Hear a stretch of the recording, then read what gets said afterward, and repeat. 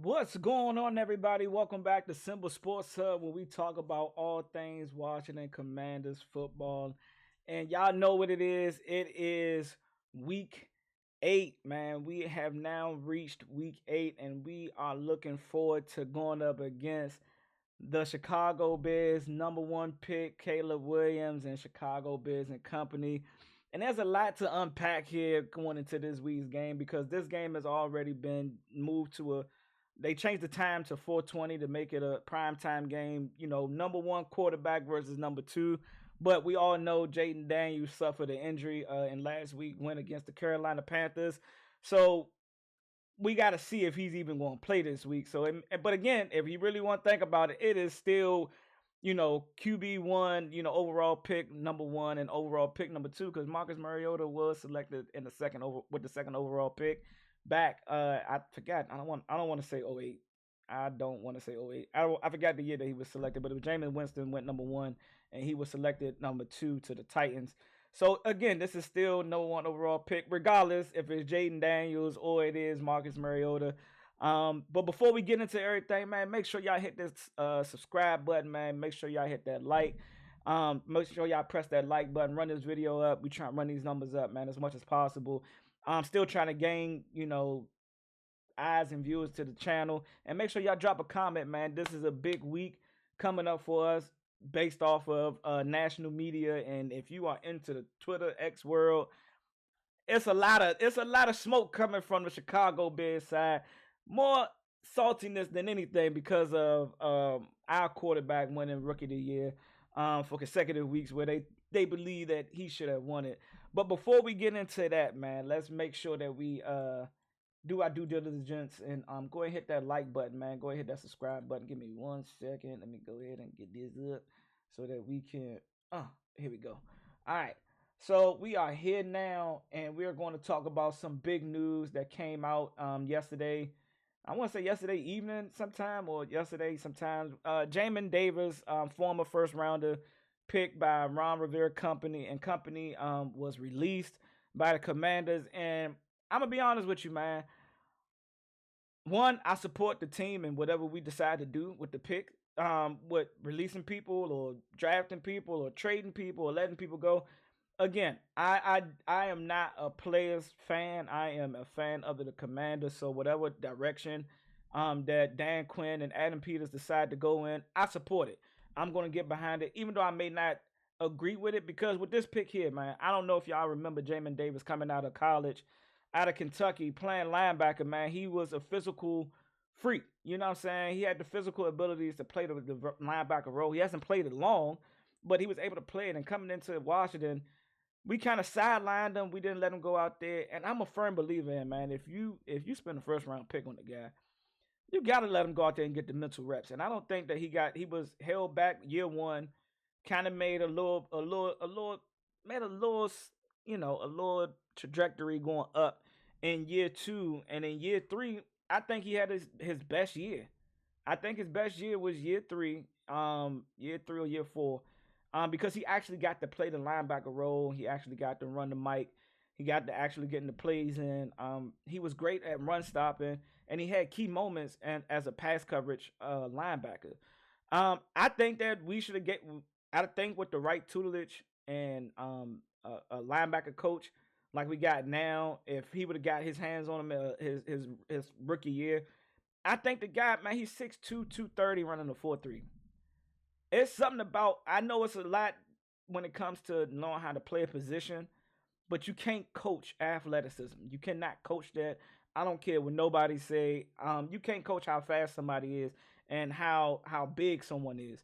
And I think that if we had Horton here working with him, linebacker coach Ken, working with my guy year one, I think you could have got something out of this guy. And I don't think we should have took him in the first round. I do agree with most of the people that's been speaking about this release.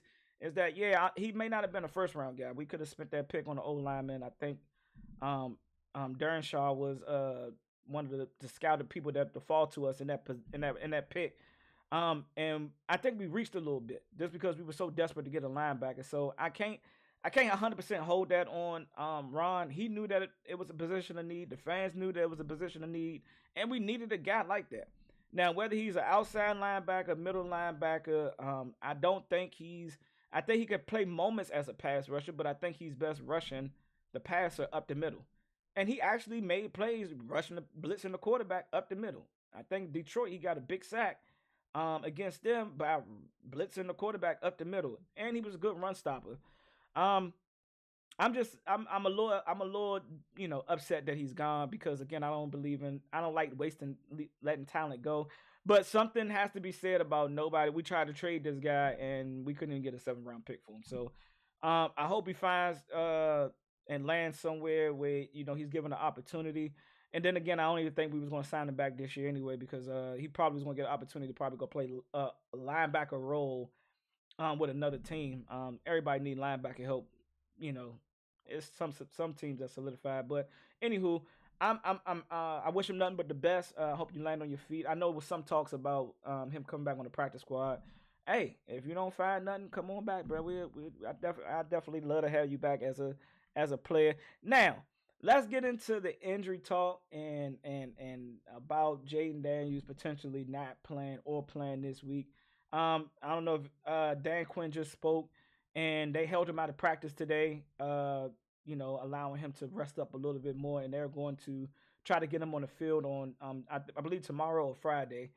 They were trying to get him on the field and see how he goes through some of it. But Dan Quinn wants him to be able to play like he normally plays. And if he's not able to do that, and there's any hesitation, any little knickknacks that's like holding him back, again, I myself, and I was just talking to my buddy Ivan about this. I'm saying this right here. If he's not 100%, I'm talking about it's no wincing when he goes to throw. It's like no hitch. Like he's like trying to change up his throwing motion from his normal throwing motion, and he's not able to run. Because again, I don't want him to go in the game and we have to change up the offense. Because again, if we want to be honest with one another, the reason why we have the number one scoring offense is due to a lot of Jayden Daniels unscripted plays. Yes, Cliff Kingsbury has been calling a phenomenal game these past couple of weeks. I tip my hat off to him for that.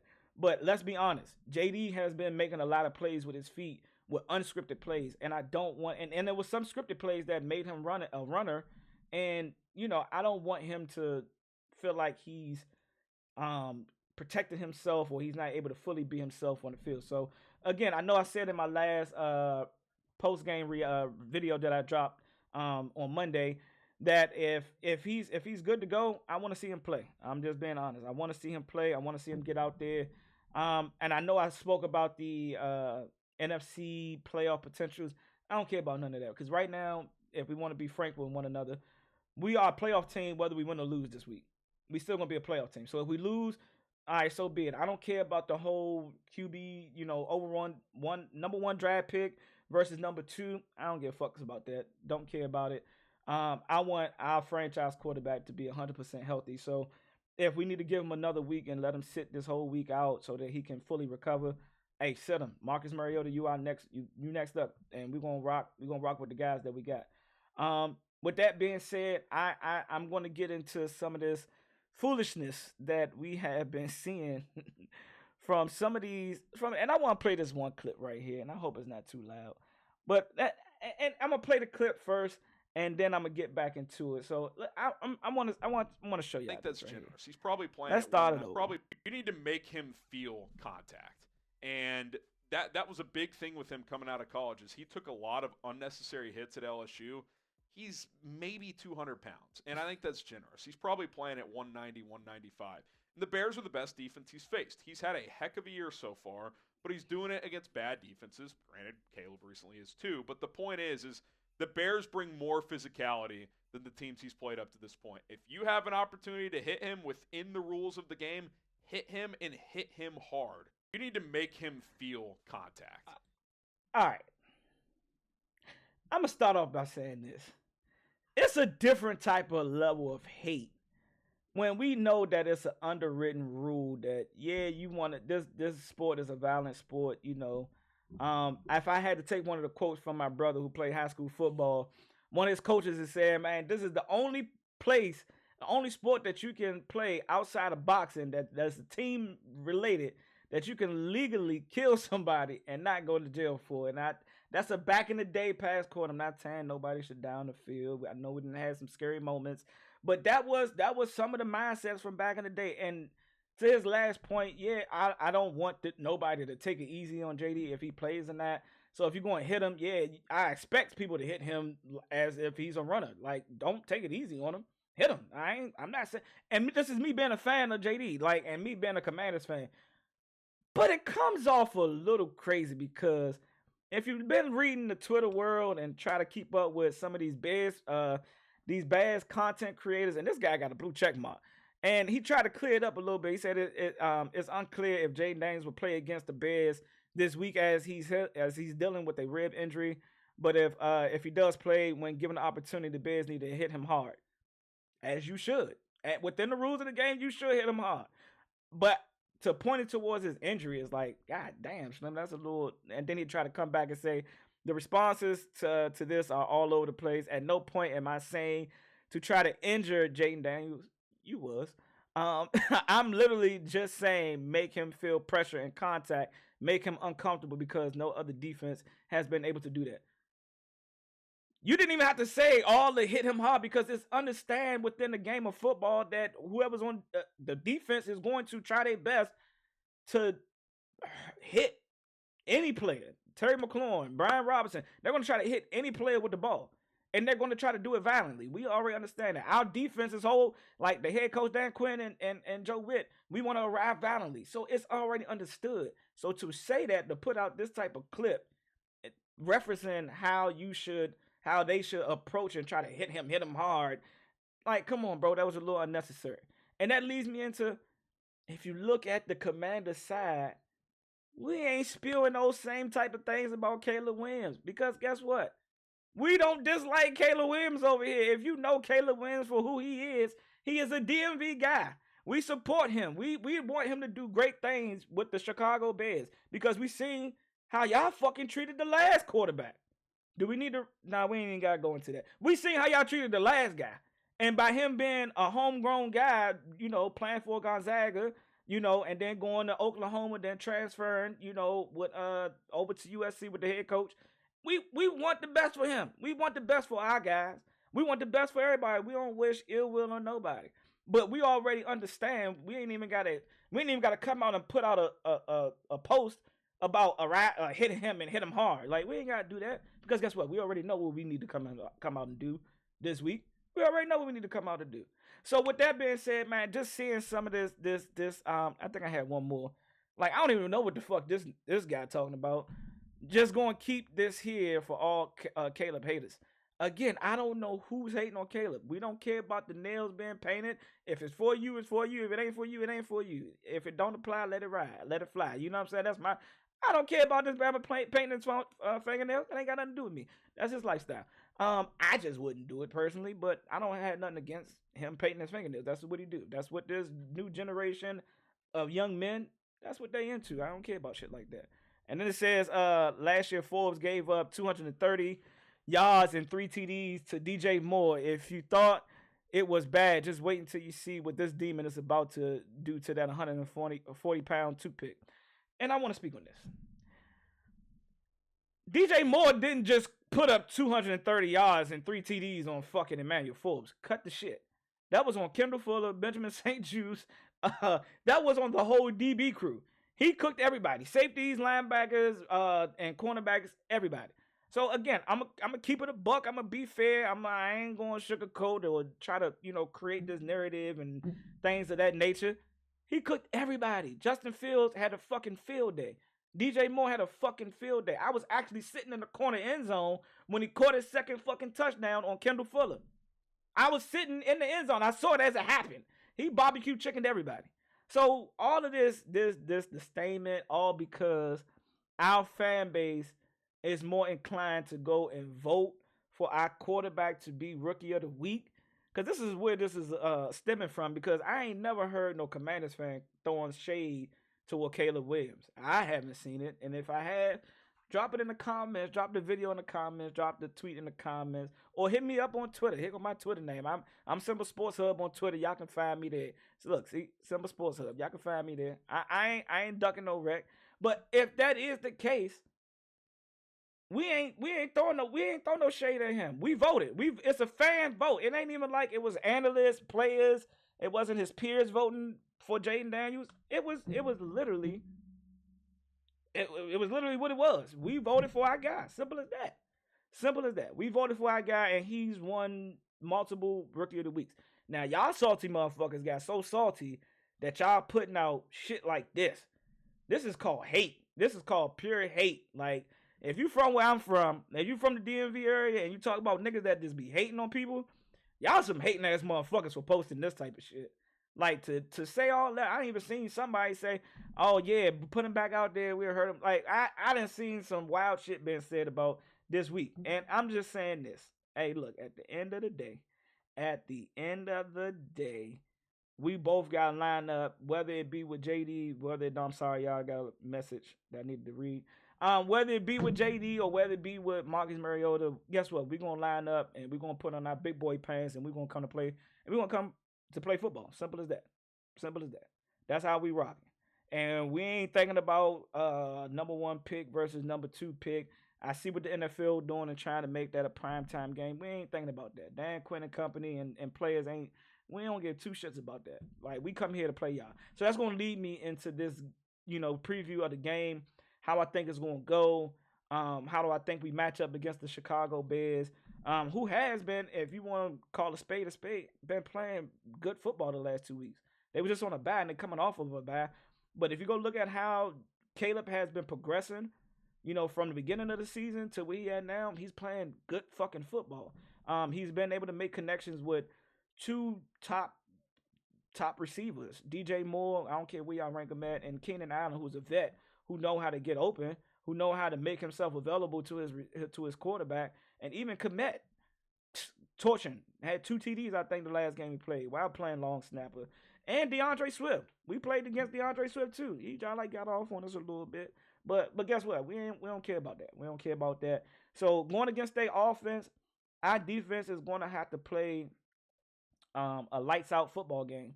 And I still think that it's areas that we still need to get better at.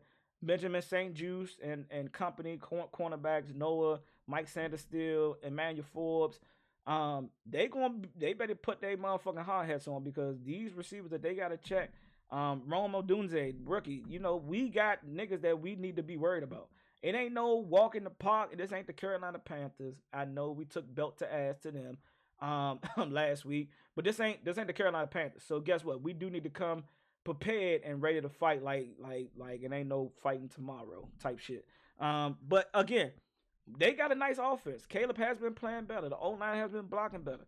We have had some injuries. We got to do our thing from the front line, getting pressure on this guy. Because what we can say, if we want to poke a hole in Caleb's, if you're putting pressure on this dude, he's acceptable to making bad throws, bad reads, and taking bad sacks. That's just what it is. That's not me slighting him. He's been playing better. He ain't been doing that. So I gotta give him his just due. But we still gotta do our job. We still gotta pick his game apart. If you put pressure on him, if you make him rattled, he's inconsistent. He's inaccurate. That's just me being real. You know what I'm saying? And if we can stop their running game, I like our chances. We did see some big trades go on this week. You know what I'm saying? This coming week, we seen Coleman go. Last week going into this week, we just seen DeAndre Hopkins. He's a Kansas City Chief now. I don't think I know one of the biggest things, and before I get into the defense, to our offense and how we gonna face up against their defense. There's been a lot of talks about trade rumors now that we released Jamin Davis. Us being in the market for, I've seen Max Crosby, Darius Smith. Some people even mentioned Myles Garrett. Again, it hasn't been nothing coming from our organization that said that we are doing this. It's just all speculation, beat writers putting out with this release of Jamin Davis, we are in the market for a pass rusher. And if you ask me at the trade deadline, I think it's either this week or the following week, who do I think we need to get most? I think it is on the defensive side of the ball. I think we need to attack the defensive side of the ball, whether it be a cornerback. I still don't think our cornerbacks have proven anything, even though we've caught three picks in the last 2 weeks. I still think that we need help in the DB room. So if it's a corner, give me JC Horn. Give me Newsom. Denzel Ward if he's available. It seems like the Cleveland Browns, and I just want to make this comment, and this is not even a Cleveland Brown. The type of hate that fans spew about injuries about a player that's on their team, bro. To cheer for that man to get Deshaun Watson to get hurt, man, that's despicable, bro. Like that's unhuman. That's like you have no like. I understand being a fan. I understand fans are fans. At the end of the day, they're entitled to say what they want. But come on, bro. Like, come on, man. Like, y'all had to really cheer. You deserve it on the field. Y'all are fucking lames, and y'all don't deserve to win. Y'all don't. Y'all deserve to go back to being the old fucking Cleveland Browns where y'all just be trash. Cause for y'all to root for a man down, to pray on a man downfall, and then cheer about it, like, all right, yeah, he been playing bad football. Hey, that wasn't that. He didn't ask to get traded to Cleveland. I mean, I know he probably had some talks with it, but hey, that's y'all GM fault. That's y'all owner fault for trading for that guy. But to root for a man while he down in the chair, you deserve it. Like, nah, bro, y'all don't deserve to win at all. I don't want no quarterback being there. I don't wish no success on y'all for that. So let us go ahead and get Myles Garrett for a good old fifth pick, and that kind of leads me to if Myles Garrett is available, if they doing their rehaul right now, they going get guys out of there and let them go play elsewhere because y'all about to hit that reset button or y'all about to go into that rebuild mode. Let us go ahead and get Myles Garrett up off your hands, man. We got some tough games coming up this weekend. We need a legit pass rusher that's going to put pressure on a quarterback consistently, or wreak havoc and be a determining factor of a game. Dante Fowler was there for us last week, but this week is a little bit different. I mean, or if we can get him, we get y'all a fourth or fifth for him. Fourth, fifth round pick. I even get y'all a third for Myles Garrett. But let's go ahead and get Newsom or Denzel Ward. That's a fourth, fifth round pick type of trade. Or give me JC Horn. So if it ain't none of those guys, Max Crosby is probably last on my list, and that's not to say that he's not a good player, but I'm just ranking who I would rather have. And I'll take. I don't even want Zadarius Smith. I'll take Zadarius Smith because he still make plays too. But that's not taken away from none of the guys that we have right now because we have been sacking the quarterback, putting pressure on the quarterback the last 3 weeks. Excuse me. So I got to give them credit there, right? So now getting into our defense, right? Our defense is, our offense is, we might be shorthanded. It is what it is. And we might be shorthanded. If Jaden Daniels is 100% healthy and he's able to play, let him play. Don't sit him. If he's not, sit him. Let him. We can use him next week against the Titans. But if it's Marcus Mariota, we are really going to have to. I don't think Cliff Kingsbury is going to change up how he calls the offense because that was the sole reason why we brought Marcus in. Is because he's a dual threat quarterback still to this day.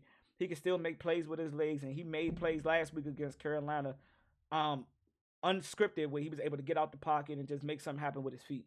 He scrambled out through a nice ass fucking touchdown to Zach Ertz. So again, I don't think we drop how Cliff calls the game. I think we're still going to utilize that and run and going against their defense, who's been playing. Chicago's been playing very good defensive football, and that's going from week one. They have not been getting like blown out by any teams. I mean, they ain't had 40 points put up on them, I don't think. But they've been good at stopping the run, and they got some got some dogs out there that's going to come be ready to play. I know the whole Montez way. He can't wait to get back at Washington. He can't be mad at us. He can't be. His job should be mad at Ron Rivera and old regime. Like that's who he should be mad at. If he's still holding on to that hurt, so be it. It is. We ready. We ready for whatever. We gonna be ready to bump. We gonna be ready to rock and roll come this weekend. If you ask me, this game is going to be won by the Washington Commanders. I think we still. It may not be a 30-point game.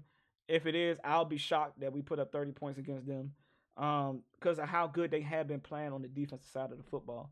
I'm excited to see McGee. McGee. They said they officially activated him onto the roster. So I know we're gonna wean him in, let him get a couple snaps this Sunday, and I'm excited to see him because at the end of the day, we only got Bobby Wagner for 1 year, so we're gonna be looking for another middle linebacker. Hopefully he's that guy.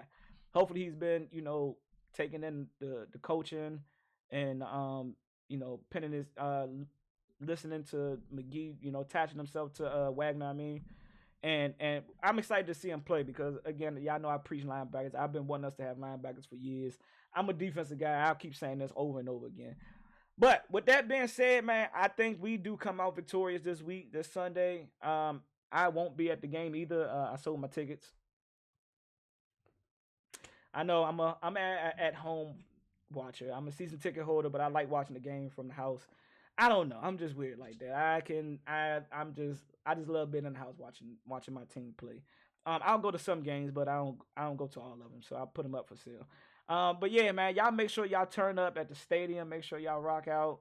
Let them know that we here to support our team. Let them know we here to get this W. If I had to call out a score, I'm gonna say 27. We're gonna beat them by 7. 27-20. 27-20. I think our defense continues to build upon how they've been playing week in and week out. And I think that we put pressure on Caleb. And I'm not saying that we're gonna stop him. We're gonna shut him out. But again, I think we can hold him under 20, 23 max, 23, 24 max. Or it may be a field goal game. But nah, man. I think we're gonna come out victorious. I'm gonna say again, 27-20. That's gonna be the deciding factor. Our boys gonna come out 6-2, man. So I'm rocking with my Commanders. I'm rocking with our squad. Fuck all you Chicago Bears haters. And we're gonna prove to y'all why. Oh, and I meant to say this. Y'all are not the best defense we faced. Y'all not the most violent physical defense we faced. We just played the Ravens. And put up 20-something points. Yeah, we didn't do good on defensive side, but our offense was a little stagnant. But we were still in competition with them. We played against a good defense. Y'all not the first top best defense that we played or most feared defense. I don't fear y'all defense. I don't think y'all played nobody if you want to ask me, and I'm gonna leave it at that. But yeah, man, I catch y'all on post game after the victory we come back with. And to any Chicago fans, if you feel a certain type of way, talk to me in the comments. With that being said, I'm out.